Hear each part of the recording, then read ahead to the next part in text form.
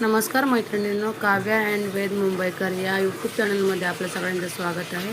आज बनवणार आहोत आपण चिकनचा तांबडा रस्सा. तर त्यासाठी मी हे वाटण्यासाठी साहित्य घेतलेलं आहे. त्याच्यामध्ये मी हिरवी कोथिंबीर, हिरवी मिरची, लसूण, आलं, दालचिनी, लवंग, भाजलेला कांदा, भाजलेलं खोबरं, कोथिंबीर आणि आलं लसूण थोडं जास्त प्रमाणात घेतलं, कारण आलं लसूणनी चांगली चव येते. आणि थोडेसे धने. तर मी एक कुकर घेतला. मी नेहमी चिकन कुकरमध्येच बनवते आणि ते पटकन होतं, त्याच्यामुळे कुकरच वापरते मी नेहमी.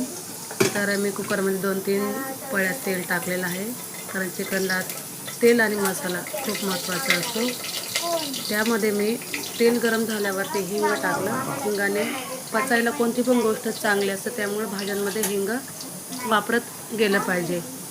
त्यानंतर मी त्याच्यामध्ये तेलामध्ये हिंग टाकल्यावर थोडीशी हळद टाकली आणि अजून एक कांदा चिरून ठेवला होता, तो एक कांदा चिरून टाकला. म्हणजे चिकनला अजून टेस्ट चांगली येते. आणि ते चांगल्या प्रकारे हलवून घेतलं. त्यानंतर त्याच्यामध्ये मी एक जो चिकनचा मसाला आहे, कोल्हापुरी मसाला होता माझ्याकडे, तुम्ही कोणताही वापरू शकता. मी नेहमी एव्हरेजचा वापरते, पण हा होता मग मी हा वापरला.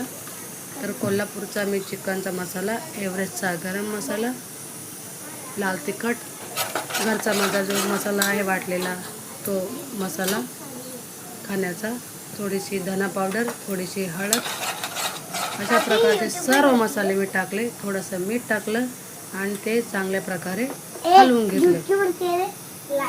आणि हे जे वाटण वाटलेलं होतं ते वाटण एकदम बारीक वाटून घ्यायचं. जे वाटलेलं वाटण हे मी कुकरमध्ये टाकून घेतलेलं आहे. हे कुकरमध्ये चांगलं तेल सुटेपर्यंत सगळं वाटण व्यवस्थित वाटून घेतलेलं, हलवून घ्यायचं. मसाला एकदम छानपैकी असा भाजून द्यायचा. आणि मी एका साईडला थोडं पाणी गरम करायला ठेवलं होतं, कारण कुकरमध्ये आपण जेव्हा करतो किंवा चिकन कुठेही करा, थोडंसं आपण त्याला गरम पाणीच टाकावं लागतं. गरम पाण्याने टेस्ट येते, चव जात नाही. मग सर्व मसाले टाकून झाल्यावरती मी जे मॅरिनेट केलेलं चिकन होतं ते टाकायला घेतलं. तुम्ही पाहू शकता कशा प्रकारे मसाला एकदम छानपैकी भाजलेला आहे.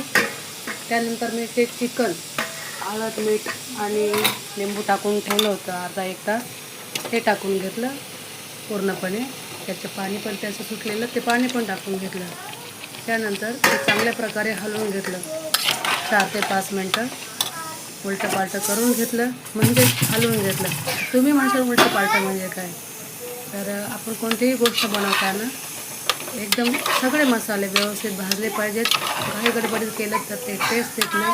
म्हणून मसाला भाजायला, तळायला, सर्व प्रकारच्या गोष्टींना खूप महत्त्व असतं, तरच टेस्ट येते. बघा तुम्ही एकदम कसा एकदम छान कलर आलेला आहे चिकनला. आणि 4-5 मिनटं मी हे भाजून घेतलं, म्हणजेच ते फ्राय करून घेतलं, मसाल्यामध्ये तळून घेतलं. त्यानंतर मी एका साईडला गरम पाणी करायला ठेवलेलं होतं, तर मी आवश्यकतेनुसार थोडं पाणी त्याच्यामध्ये ॲड करत गेले. हे मसाल्याचं जे भांडं होतं ते व्यवस्थित प्रकारे मसाला टाकून झाल्यावरती त्यात थोडं पाणी, गरम पाणी टाकून तेही भांड्यातलं मसाल्याचं पाणी मी कुकरमध्ये टाकलेलं आहे. त्यानंतर हे पाणी कमी पडणार म्हणून मी अजून थोडंसं पाणी गरम करून घेतलं आणि तेही त्याच्यामध्ये ॲड केलं.